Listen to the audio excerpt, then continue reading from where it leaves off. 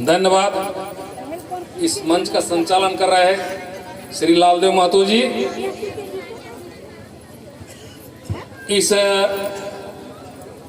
विस्थापित सर्वदलीय विस्थापित संघर्ष मोर्चा सर्वदलीय विस्थापित संघर्ष समिति सर्वदलीय विस्थापित संघर्ष समिति के आक्रोश महासभा की अध्यक्षता कर रहे बसंतपुर पंचायत के पूर्व मुखिया श्री राजलाल महतो जी। इस मंच पर मुख्य रूप से उपस्थित राज्यसभा सांसद श्री खीरू महतो जी, यहाँ पर उपस्थित सभी जनप्रतिनिधि, जिला परिषद के सदस्य, यहाँ पर उपस्थित सभी पंचायतों से आए हुए सभी मुखियागण और सभी पंचायत समिति के सदस्यगण, सभी राजनीतिक दल के अधिकारीगण, झारखंड मुक्ति मोर्चा के केंद्रीय सदस्य श्री राजकुमार महतो जी तथा हमारे आसपास के गांव से भी आए हुए सभी पुराने नेता जो जमीन के लिए शुरू से लड़ते रहे हैं, जमीन की लड़ाई लड़ते रहे हैं, किसानों की लड़ाई लड़ते रहे हैं, और यहाँ पर उपस्थित सभी मीडिया के लोगों, प्रिंट मीडिया से लेकर विजुअल मीडिया तक के सभी साथियों, इस मंच में उपस्थित श्री राजू महतो जी, जिला जदयू के प्रदेश महासचिव, तमाम नौजवान भाइयों, बुजुर्गों, देवियों और सज्जनों,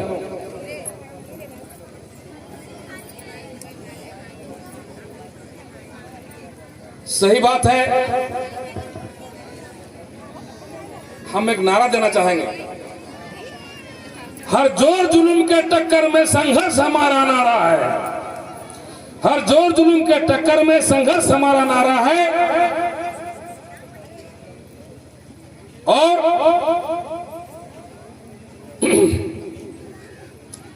हम लोगों ने यह इसलिए नारा दे रहा है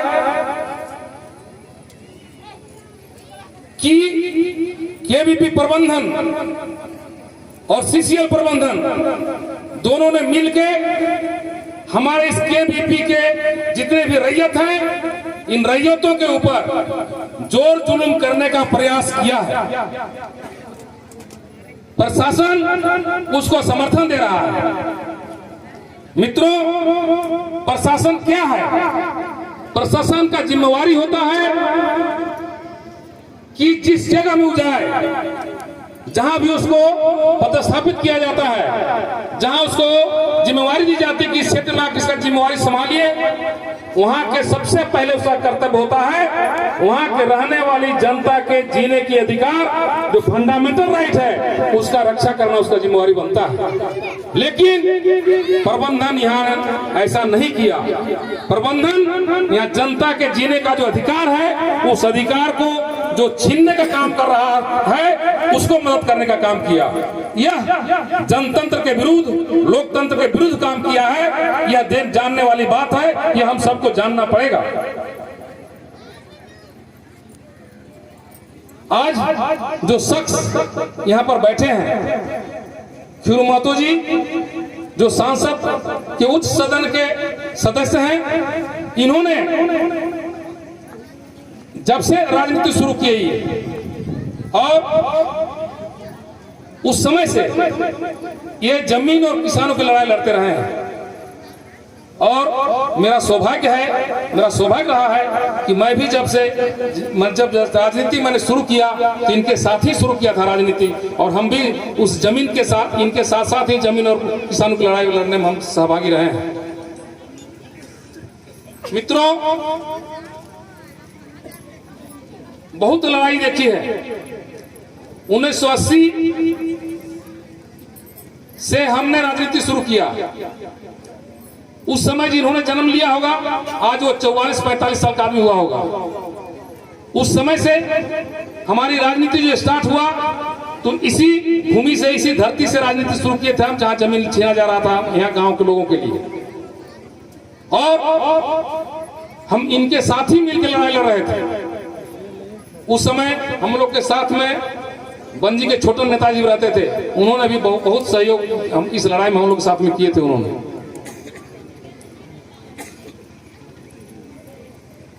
सीसीएल प्रबंधन और एमडीओ जैसे हमारे पूर्ववक्ताओं ने आप लोगों को बताने का काम किया कि किस किस तरह से प्रबंधन यहाँ पर आया, उसको हम अगर दोहराएंगे तो फिर समय ज्यादा हो जाएगा, क्योंकि सांसद महोदय को फिर यहाँ से अभी पटना जाना है।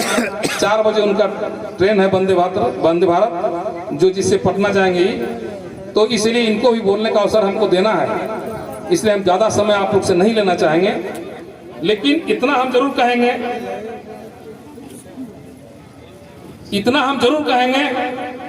कि आज इनके मन में, इनके दिल में जरूर यह दिल जो इनका माने, इनके मन में इस बात का माने ये है कि हमारे आसपास में हमारे गांव के लोगों का जमीन छीना जा रहा है, और कोई प्रबंधन जो सीसीएल प्रबंधन या एमडीओ जो इनके साथ अन्याय या अत्याचार कर रहा है, इसे इन्होंने अपने एक कार्यक्रम को रोकते हुए, इनको कल ही जाना था पटना, लेकिन उस चीज को रोक करके, और इन्होंने बोला कि ठीक है, हम लोग जब इनके पास गए बात करने के लिए, इन्होंने बोले कि भाई हमको तो कल इनका रांची में मीटिंग था, और मीटिंग से फिर उधर से उधर पटना जाना था इनको, लेकिन बोले ठीक है, हम आप लोग के चलते उसको पटना को जो थे उसको थोड़ा रोक के और इधर से जाएंगे पटना हम, लेकिन आप लोग के बैठक में हम जरूर आएंगे, आप लोग के मीटिंग में हम जरूर आएंगे। तो इनको भी समय देना हमको बोलने के लिए। लेकिन हम ये कहना चाहेंगे कि उस दिन जिस तरह से 23 तारीख को एमडीओ के लोग और साथ में सीसीएल और साथ में प्रशासन जो काम किया है, वह काम निंदनीय है। हमारी महिलाएं, सही बात है, उस दिन इन्होंने अपना रूप दिखाया था, और उस दिन हमको याद हुआ जिस तरह से झांसी की रानी ने लड़ाई लड़ी थी इस देश को बचाने के लिए, अकेले अपने जो है सो अपने पीठ में अपने बच्चा को बांध कर क्या अंग्रेजों के खिलाफ लड़ाई लड़ी थी। उसी तरह से उस दिन यहाँ के महिलाओं ने प्रशासन के खिलाफ लड़ने का काम किया। हम लोग तो उनको झांसी की रानी को देखे नहीं थे, लेकिन हम लोग उनको पढ़े हैं, और वो चीज हमको याद हुआ उस समय कि क्या झांसी की रानी ने भी इसी तरह से लड़ाई लड़ी थी। हम बुंदेलो हर बोलो के मुंह हमने सुनी कहानी थी, खूब लड़ी मर्दानी वो तो झांसी वाली रानी थी। 57 की वो तलवार पुरानी थी, खूब लड़ी मर्दानी वो तो झांसी वाली रानी थी। तो ये चीज हम उस समय हमको हमारे दिमाग में चीज घूम रहा था। वैसे ही आप लोगों ने जो काम किया है, बहुत ही सराहनीय काम, बहुत ही वंदनीय काम आप लोगों ने किया है। हम लोग ने प्रयास किया, हम लोग के साथ जो है सो प्रशासन टकराव करने के लिए वहां पर तैयार हो गया था। हम लोगों ने उस समय प्रयास किया कि हम टकराव नहीं करना चाहते, और उस टकराव को रोकने का मैंने प्रयास किया। सांसद जी, ये बात जानने का जानने का चीज है कि प्रशासन एमडीओ के पक्ष में क्यों हम किसानों के साथ या मैंने किसान परिवार के साथ में टकराव करना चाहती है। उसको जो कानून जी कहता है, हम कहते हैं कि कोयला इस देश का ऊर्जा स्रोत है, जिसको निकाल के देश के विकास में लगाना है, ठीक है, इसको लगाना चाहिए, लेकिन निकालने के पहले किसान को जो मिलना है, जो जमीन का मालिक है उसको जो मिलना है, उसके लिए भी कानून बना हुआ है, उसको भी अधिकार दिया गया है कि कैसे उसको क्या क्या मिलना चाहिए। ये सारे चीज पर प्रशासन क्यों नहीं बोला उस समय प्रबंधन को या सीसीएल के प्रशासन को, प्रबंधन को, कि हाँ ये चीज आप इन लोग को दीजिए, उसके बाद आप जाइएगा काम करने के लिए। क्यों आंख मूंद के उसका सपोर्ट कर रहा था? यह क्या दर्शाता है इस प्रशासन के बारे में? ये प्रशासन क्या चाहती थी उस समय? प्रशासन यहाँ के लोगों को हड़काना चाहती है, यहाँ अपने लोगों के ऊपर में जो सो भय दिखाना चाहती है। जिस पर जब आदमी भयभीत होता है तो प्रशासन के पास जाता है रक्षा करने के लिए कि मेरा प्रशासन रक्षा करेगा। वो प्रशासन यहाँ पर भय दिखाता है कि लोगों के ऊपर में, और मैं किसी ठेकेदार का सपोर्ट करता है। ये किसी भी दृष्टिकोण से लोकतंत्र के विरुद्ध है, गणतंत्र के विरुद्ध है, जनतंत्र के विरुद्ध है। तो जनतंत्र का विरोध करने वाले लोगों पर क्या होना चाहिए? मित्रों,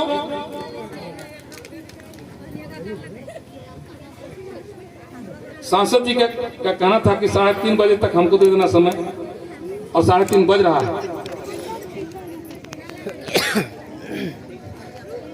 तो बोलने का और तो कुछ है, लेकिन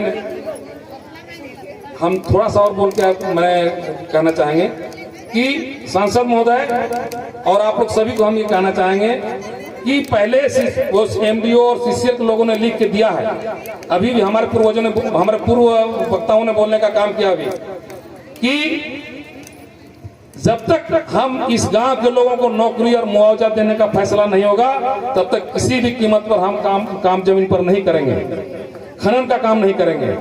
ऐसा उन्होंने लिख के दिया है, और उसके बाद पर हमने भरोसा किया था, उसके लिखे हुए पर भी हमने भरोसा किया। इसलिए कुछ काम पर उसका हम लोगों ने सपोर्ट भी करता था, ठीक है आप नौकरी, हम लोग जब नौकरी और मुआवजा मिल जाएगा तब आप काम कीजिएगा, इस बात को उन्होंने लिख दिया था। लेकिन उसके विरुद्ध उन्होंने काम किया। अब हम कैसे उस पर विश्वास कर सकते हैं? झारखंड का आज इतना बड़ा जंगल है, उसको समझ में आता है कि नहीं आता है?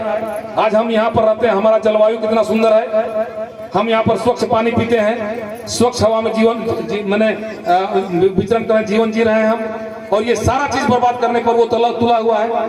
आज आप यहाँ जो इधर है, इसके अलावा जब जिधर है मैंने जहाँ पर खदान खुला है, उसमें न लोगों को शुद्ध जल मिल पा रहा है, न शुद्ध भूमि मिल पा रहा है, न शुद्ध भोजन मिल पा रहा है।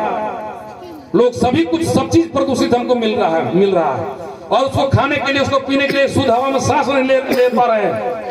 इसके लिए प्रशासन क्या करती है? प्रशासन कभी सोचा इस बात को कि इस क्षेत्र में रहने वाले लोगों को शुद्ध जल नहीं मिल पा रहा है, इस क्षेत्र में रहने वाले लोगों को शुद्ध खाना नहीं मिल पा रहा है, इस क्षेत्र में रहने वाले लोगों को शुद्ध भूमि नहीं मिल पा रहा है, हम उसके लिए क्या कर रहे हैं? प्रशासन का जिम्मेवारी नहीं है क्या? क्या प्रशासन का जिम्मेवारी है? ये क्यों नहीं सोचा उन्होंने?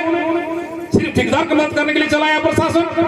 वो पढ़े लिखे लोग हैं, अपने आप को कहते हैं कि हम इस जिला के मालिक हैं, तो जिला के मालिक किस तरह से काम करते हैं ये देखना उनका काम नहीं है। उस समय जो अटल बिहारी वाजपेयी डीएमएफटी फंड का निर्माण करवाए थे, वो इसीलिए करवाए थे कि जिस क्षेत्र में माइनिंग का काम होगा, उस क्षेत्र में जो जलवायु परिवर्तन होगा, उस जलवायु परिवर्तन को फिर से उसको जिस स्थिति में है उसी स्थिति में रखने के लिए जो खर्चा होगा, उसके लिए ये जो डीएमएफटी फंड बनाया गया। लेकिन जो पढ़े लिखे लोग अपने आप को अपना आज अधिकार की बात करते हैं कि हमारे पास इतना कुछ पावर है, तो क्या पावर आपको क्या है? किसी की जान की हत्या करने के लिए? आज लोगों का जो आयु का जो जीने का जो प्रतिशत आयु है वो घटते चला जा रहा है इस क्षेत्र में। क्या उसके लिए उन्होंने विचार नहीं करता है? जब वो प्रशिक्षण लेते हैं, जब वो शपथ ग्रहण लेते हैं अपना पद को संभालने के लिए, तब उन्होंने क्या कहता है कि मैं जहां जाऊंगा वहां के जिन लोगों को जीने के अधिकार की रक्षा करूंगा। यही जीने के अधिकार की रक्षा करते हैं उन लोग। गरीब लोगों को आते हैं क्या बोलते हैं, वो जो हथियार उसको जिसके रक्षा करने के लिए उसको हथियार मिलता है, उसके ऊपर हथियार दिखा के डराते हैं लोगों को। क्या यही प्रजातंत्र है? क्या यही लोकतंत्र है? क्या यही मेरी रक्षा कर रहा है? यह विचारणीय प्रश्न है, ये सबको समझने की बात है, और हम लोग सबको जागरूक होना पड़ेगा इसके लिए कि मेरा क्या अधिकार है, उसका क्या कर्तव्य है। आज की स्थिति में आज जो लोग आज अभी जो स्थिति आप देखते होंगे, अभी यहाँ पर देखिए जितना पेड़ है सब काला हो गया। जितने आप देखिए रोड किनारे जितने भी पेड़ है इस वासी के प्रदूषण से पूरा काला हो गया। क्या इसको उन्होंने देखा कभी कि भाई काला हो गया? कैसे काला हो गया?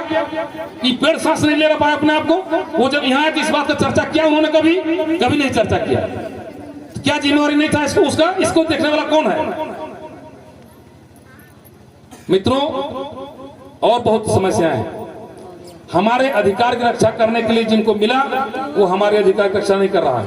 हमारे बगल में संचालनकर्ता खड़ा हो रहे हैं, इसलिए खड़ा हो रहे हैं कि समय कम है। हमारे जो सांसद महोदय हैं इनको जाना है। सांसद महोदय से हम यही अनुरोध रिक्वेस्ट करना चाहेंगे, इस बात को जरूर विधानसभा में उठाइए कि हमारे क्षेत्र में जो लोग हैं उनके जीने के अधिकार की रक्षा का हनन हो रहा है। आज इतना गर्दा हो रहा है, आप समझ के देखिए। आज जो शिशु आज गर्भ में पल रहा है, जो बच्चा गर्भ के अंदर पल रहा है, उसको आज शुद्ध हवा नहीं मिल पा रहा है, आज उसको शुद्ध पानी नहीं मिल पा रहा है, शुद्ध भोजन उसके माँ को नहीं मिल पा रहा है, संतुलित आहार नहीं मिल पा रहा है। इतना बड़ा खदान खुलने से क्या फायदा हुआ? आज उसके अंदर जो है वो बच्चा कुपोषित जन्म ले रहा है, कम बुद्धि का जन्म ले रहा है, विकलांग जन्म ले रहा है। इसके लिए जिम्मेवार कौन है? इसको जिम्मेवार उसको ठहराइए। आप उस सदन के नेता, उस सदन के सदस्य हैं जहां पर बोलने से पूरा देश सुनता है। हाँ, सही बात है कि आपने इस क्वेश्चन को उठाया था कि इतना जो सो जमीन लेने का क्या जरूरत है? केवीपी को जो जंगल का इतना बड़ा जो पुराना जंगल है उसको ले रहा है, जिसके कारण उन्होंने जो सो इस बात को वहां पर उठने से उसका कुछ हिस्सा काटने का काम किया है। कम से कम कुछ तो राहत मिला है लोगों को। समय हमको अनुरोध, मैं इजाजत नहीं दे रहा है। मैं अपना वक्तव्य यहीं पर समाप्त करता हूं। जय हिंद, जय भारत, भारत माता की जय।